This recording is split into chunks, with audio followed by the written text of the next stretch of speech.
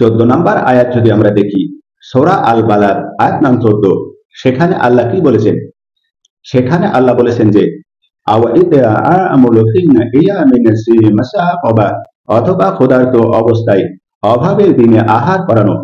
এই আয়াতটি কঠিন পথ এর দ্বিতীয় ধাপ হিসেবে এসেছে। প্রথম ধাপ ছিল দাস মুক্তি, ফাকর খাবা।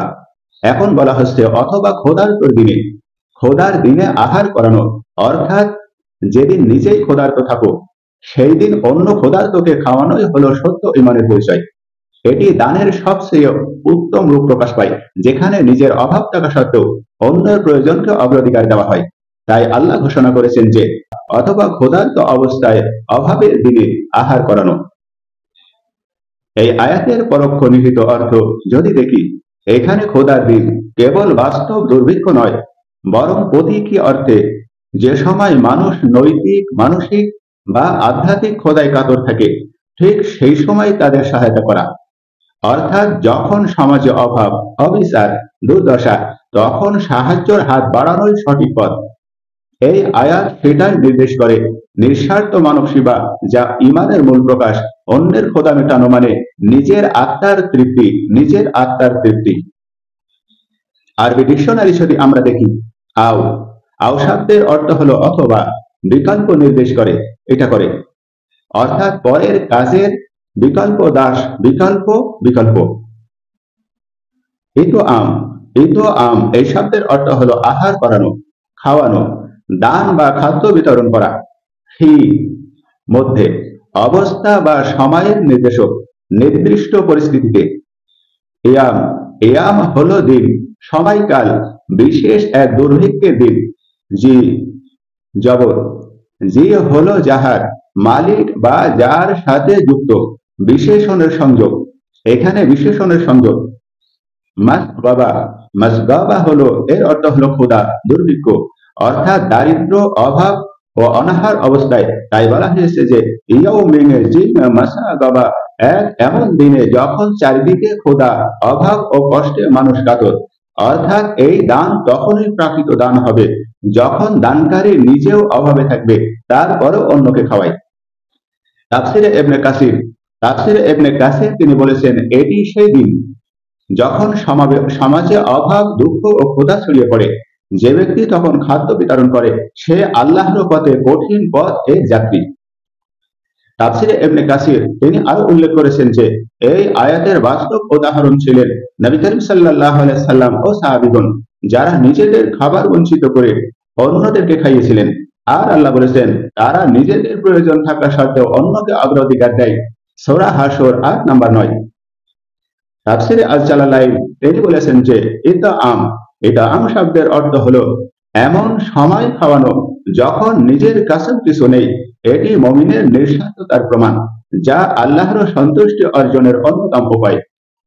তাফসিরে ইবনে আব্বাস তিনি বলেছেন যে এখানে বোঝানো হয়েছে যে ব্যক্তি দুর্ভিক্ষের দিনে নিজের ক্ষুধা থাকা সত্ত্বেও অন্য ক্ষুধার্তকে খাদ্য দেয়, সে আল্লাহর প্রিয় বান্দা। তিনি আরো বলেন, এই আয়াত দানশীলতার সর্বোচ্চ রূপকে নির্দেশ করে। হাদিসের প্রেক্ষাপট নিয়ে যদি আমরা কথা বলি, নবী সাল্লাল্লাহু আলাইহি সাল্লাম তিনি বলেছেন, যে ব্যক্তি অন্যকে আহার করায়, আল্লাহ তাকে জান্নাতে আহার দিবেন। এটা তিরমিজিতে আছে। আরো বলেছেন, তোমরা ক্ষুধার্তকে খাওয়াই, অসুস্থকে দেখো, বন্দীকে মুক্ত করে দাও। সহিহ বুখারী। একবার এক সাহাবী নিজের অল্প খাদ্য ভাগ করে এক দারিদ্রকে কিছু দিলেন। নবী করিম সাল্লাল্লাহু আলাইহি সাল্লাম বললেন, আল্লাহ তার জন্য জান্নাতে একটি ভোজ তৈরি করেছেন, অর্থাৎ খাওয়ার আয়োজন।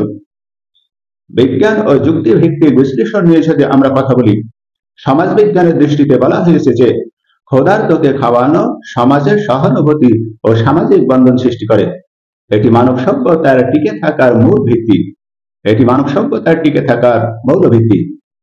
আরো বলা হয়েছে মনোবিজ্ঞান বলেছে, দানে অংশগ্রহণ করলে, দান করার সময় যদি কেউ অংশগ্রহণ করে, তাহলে মস্তিষ্কে ডোপামিন ও অক্সিটোসিন নিঃসৃত হয়, যা প্রশান্তি ও সুখ প্রদান করে নিজের আত্মায়।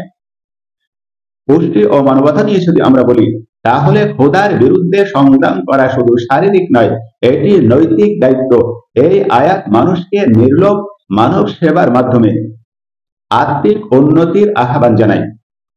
এই আয়াতের সাদৃশ্য নিয়ে অন্যান্য ধর্মগ্রন্থ যদি আমরা দেখি, বলা হয়েছে ভগবদ গীতায় অধ্যায় 3 শ্লোক 12, সেখানে বলা হয়েছে যে দান ঈশ্বর ভক্তি থেকে করে, যে দান ঈশ্বর ভক্তি থেকে করে সে হয় পবিত্র, অর্থাৎ সৎ উদ্দেশ্যে দানেই পরিত্রাণ, সৎ উদ্দেশ্যে দানেই পরিত্রাণ।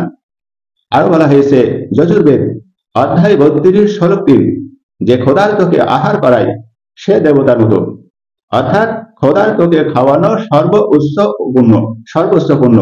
আরো বলা হয়েছে ঋগ্বেদ পর্ব 10 অধ্যায় 117 শ্লোক 6, যে ব্যক্তি অন্যকে আহার দেয় না সেই ব্যক্তি পাপী, আর যে ক্ষুধার্তকে আহার দেয় সেই সন্তুষ্টি, অর্থাৎ আহার দান করাই হলো ধর্ম।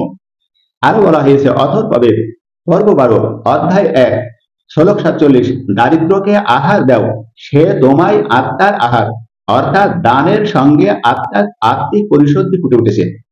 আরো বলা হয়েছে বাইবেল অধ্যায় 25 শ্লোক 35, যিশু বলছেন আমি ক্ষুধার্ত ছিলাম তুমি আমাকে খেতে দিয়েছিলে, অর্থাৎ ক্ষুধার্তকে খাওয়ানো মানে ঈশ্বরকে খাওয়ানো। বাইবেল আরো বলছে যে দারিদ্রের প্রতি দয়া করে সে প্রভুকে ঋণ দেয়, অর্থাৎ দান ঈশ্বরের সেবা করা। তাহলে সব ধর্মেই এই শিক্ষা মিলেছে যে ক্ষুধার্তকে খাওয়ানো মানে ঈশ্বরকে সেবা করা। তাই আল্লাহ তিনি ঘোষণা করেছেন অথবা ক্ষুধার্তকে অবস্থায় অভাবের দিনে আহার করানো, এটি দানের সবচেয়ে কঠিন রূপ। এখানে নিজের অভাব থাকা সত্ত্বেও অন্যের প্রয়োজনে অগ্রাধিকার দেওয়া হয়। তাহলে মূল সারসংক্ষেপ এটাই এলো যে মূল অর্থ এলো অভাব ও দুর্ভিক্ষের সময় ক্ষুধার্তকে খাদ্য দেয়া।